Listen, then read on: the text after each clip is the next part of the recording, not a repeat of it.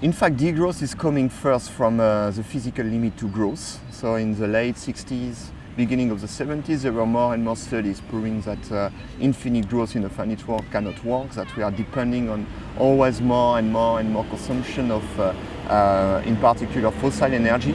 And so there were studies like the Meadows report in the Club of Rome,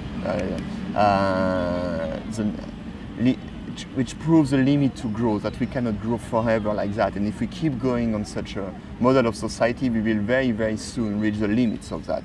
And there were studies coming from people like Campbell about peak oil and peak everything, how we reach a peak of production of the raw materials. And in particular, one of the fathers of degrowth was Nicolas Georgescu-Roegen. He was a Romanian economist who spent a large part of his life in the United States, and he wrote a very famous article where the name was The Entropy Law and the Economic Process. And he said something very simple, that every economic process is fundamentally entropical. So it means that when you burn something, when you burn coal, at the end you have pollution, and you cannot do it forever, and you cannot come back.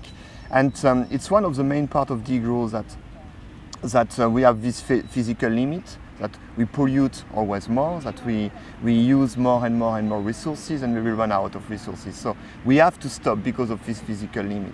And there is another part which is more and more important, and I think that's the one which should be more and more developed, that's the cultural limits to growth, that's the anthropological limit to growth. It's coming from these studies proving that in the beginning you have some economic growth, you reach a certain level of comfort. And that's right, that in these developing societies we have a better level of comfort because of a lot of things. We have a democracy, we have some security, we have a health system, we have schools and stuff like that.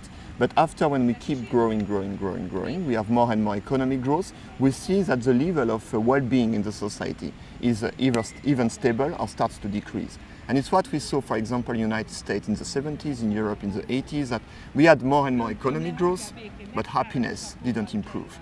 And that's where we should start to think about whether it makes sense to always produce more.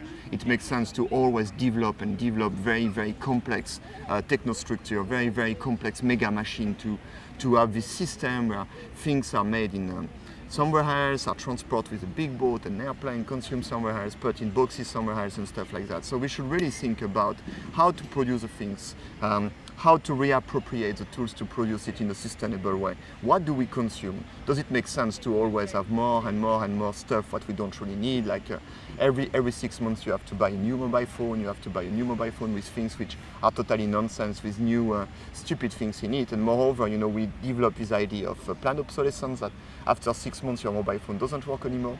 And even if it works anymore, you are colonized, your imaginary is colonized by advertisement to push you to be frustrated and to always buy more and more and more things which are totally useless.